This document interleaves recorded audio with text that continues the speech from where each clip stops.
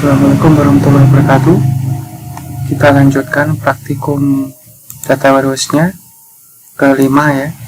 Hari ini kita akan membahas tentang bagaimana membentuk atau membuat database untuk warehouse. Untuk bahan yang dibutuhkan sudah saya siapkan dan share di grup, yaitu file SQL dari classic model untuk DWH-nya.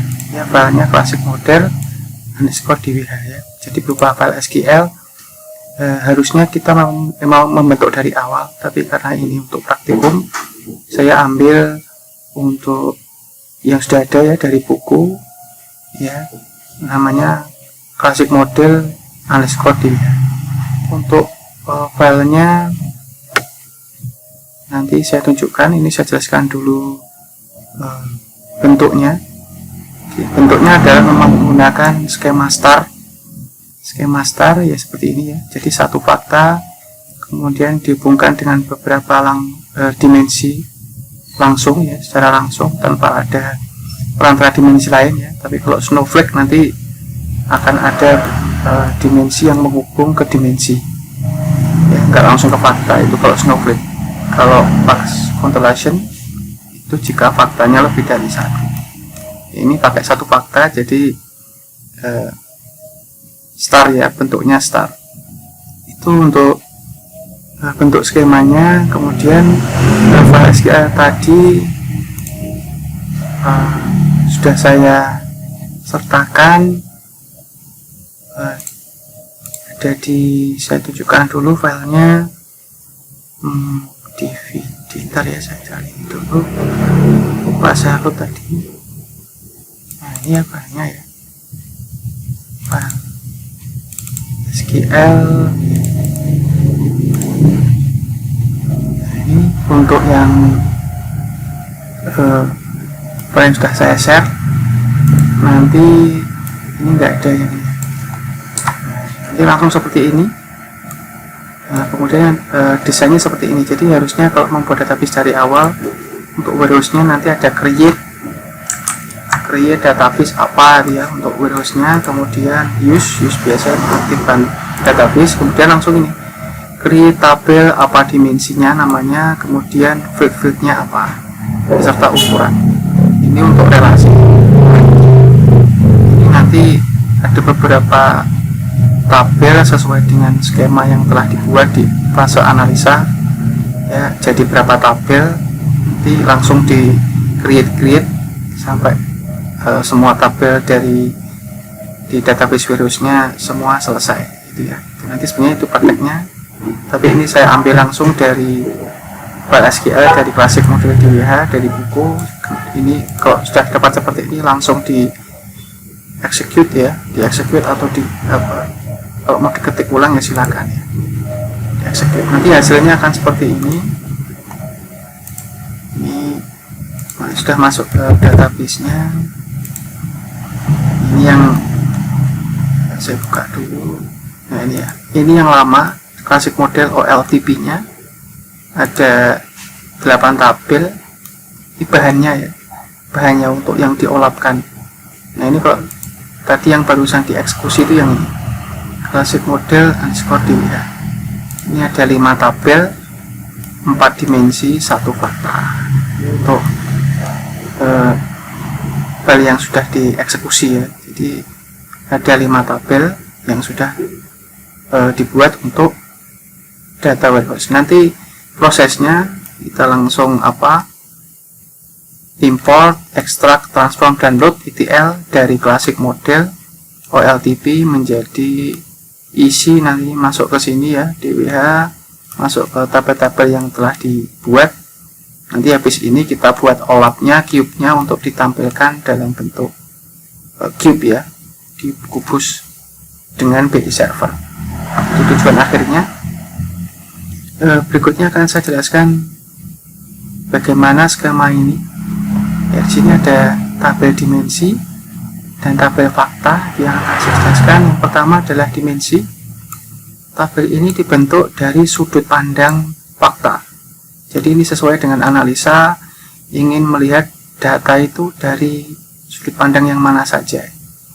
Ya, dari klasik mode DWH ini ada 4 sudut pandang. Yang pertama adalah dari produk, kemudian dari waktu, dari customer, dan employee. 4 dimensi. Bagaimana sih kita membuat tabel dimensi? Acuannya adalah yang pertama adalah apa objek yang akan dibahas. Contohnya ini adalah mungkin dari atas, contoh di atas adalah dimensi produk. Kemudian siapa aktor yang terlibat, di sini ada employee dan customer. Kemudian di mana, ini ada di cabang, contoh dimensinya branch atau cabang ya. Tapi di contoh skema start di klasik DWH itu tidak bentuk cabang, tidak bentuk dimensi sendiri, tapi dia nyampur ke dimensi employee ya, dicampur di sini ya, dengan pertimbangan tertentu ya tentunya. Ya, ini bisa bikin sendiri di sini ya, dimensi cabang. Tapi ini jadinya nanti kalau seperti ini jadinya jadi snowflake ya, bukan star. Jadi tergantung analisanya mau seperti apa skemanya. Isinya adalah SK. SK itu primary key dari dimensi. Kalau di contoh itu pakai tipe integer auto increment, jadi langsung otomatis nambah sendiri. PK dari dimensi namanya surrogate key. Kemudian atribut lain sebagai keterangan, contohnya adalah nama produk dan seterusnya. Jadi di dimensi itu selain ada SK sebagai primary key, ada atribut lain sebagai pendukung atau keterangan. Ya, ini SK-nya, ini pendukungnya. Ini SK-nya, ini pendukungnya, dan seterusnya gitu ya. Untuk yang employee ini ada tambahan office masuk ya. Jadi di cabangnya dimasukkan sini ya, office-nya. Jadikan satu dengan pekerja atau pegawai atau employee-nya. Itu tabel dimensi. Ya, kemudian kita ke tabel fakta. Intinya adalah menjelaskan ukuran atau nilai atau measures dari sudut pandang di tabel dimensinya. Ya, jadi berdasarkan apa ya nilai itu nanti akan dimunculkan. Kemudian biasanya mengambil dari data tabel transaksi. Ya, kalau di contohnya adalah mengambil dari orders dan order details. Ya, kemudian isinya itu adalah foreign key dari setiap SK dari tabel dimensi. Jadi ini. Nah, ini ada produk SK itu dari sini. Ya, ini masuk kan ya, masuk, dia jadi produk SK foreign key. Ini SK dim date, dia masuk menjadi mana ya, order date SK ya. Kemudian customer, dia customer SK ini. Kemudian employee SK, employee SK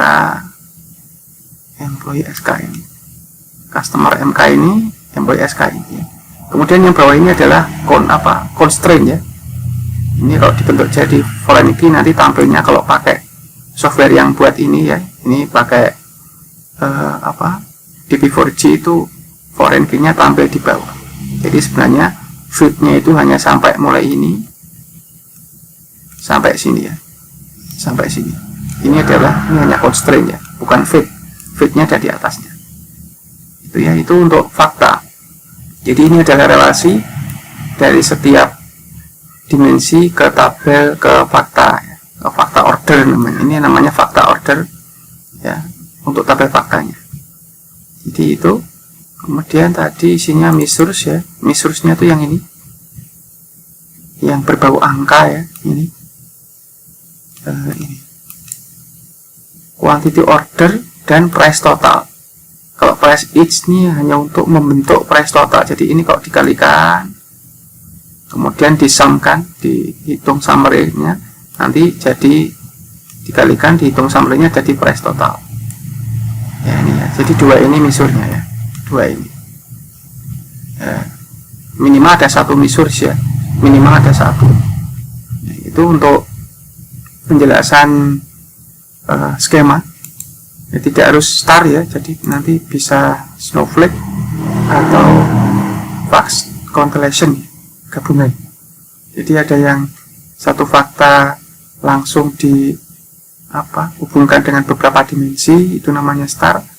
Ada yang snowflake itu ada satu dimensi yang terhubung ke dimensi lain, yaitu berarti pakai snowflake, atau ada dua fakta yang juga dimasuki oleh dimensi-dimensi yang lain, itu berarti gabungannya, constellation. Itu silahkan nanti dicoba untuk execute query-nya, nanti akan muncul, akan terbentuk database yang baru ya, ada 5 tabel. Jadi ini adalah tujuan file nanti kita ekstrak, kita ETL ya. Jadi dari basic model kita ETL kan supaya nanti masuk ke DWH. Kemudian filenya ini nanti rencananya akan kita bentuk pakai skema workbench menjadi file XML ya, file XML. Kemudian nanti dari XML ini akan kita olah dengan BI server agar menjadi cube ya. Nanti sehingga nanti si user atau yang membutuhkan informasi itu melihatnya tuh ini, melihatnya itu adalah file cube-nya, bukan lagi ke belakang tapi fokusnya ke cube-nya ya. Jadi silahkan dicoba untuk eksekusi. Itu yang saya jelaskan, semoga jelas ya. Assalamualaikum warahmatullahi wabarakatuh.